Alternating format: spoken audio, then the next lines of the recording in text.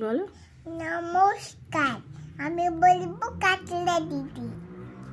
লিখেছেন মোহন বাগচি। হুম, বাঁশবাগানের মাথার উপর চাঁদ উঠেছে ওই। হুম। মা গো আমার শোলক বলা কালিচেলা দিদি কই। পুকুর ধারে কি হলো বলো। পুকুর ঢালে লেবুর তলে ঠোকাই ঠোকাই চোনাক জলে। ফুলের গন্ধে ঘুম আছে না, একলা জেগে রই। মা গো আমার কোলের কাছে কোলের কাছে কাতলা দিদি কই। এখন করতে হবে। সেদিন হতে সেদিন হতে কেন মার দিদির না ডাকো। দিদির কথায় আঁচল দিয়ে মুক্তি কেন থাকো। খাবার খাবার খেতে আসের যখন দিদি দিদি বলে ডাকি তখন।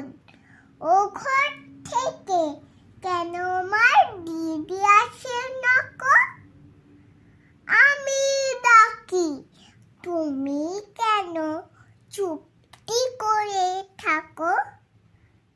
বলো মা। বলো মা, দিদি কোথায় গেছে, আসবে আবার কবে। কাল যে আমার নতুন ঘরে পুতুল বিয়ে হবে। দিদির মতো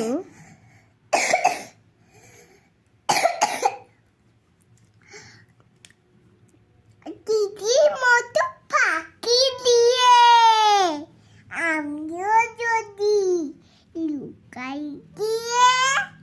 তুমি যখন একলা ঘরে কেমন করে রবে। আমিও নেই দিদিও নেই, কেমন মজা হবে। ভুঁই চাপাতে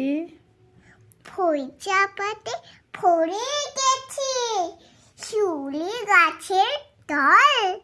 মার আসনে মা পুকুর থেকে আনবি যখন জল।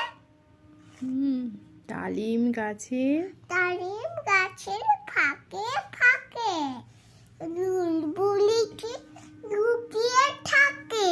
উড়ে তুমি দিও না মা ছিটতে গিয়ে ফল। দিদি যখন শুনবে এসে বলবি কে মা বল। বাঁশবাগানের মাথার উপর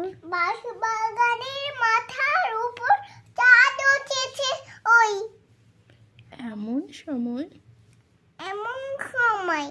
মা গো আমার কাতলা দিদি কই। নমস্কার। Thank you.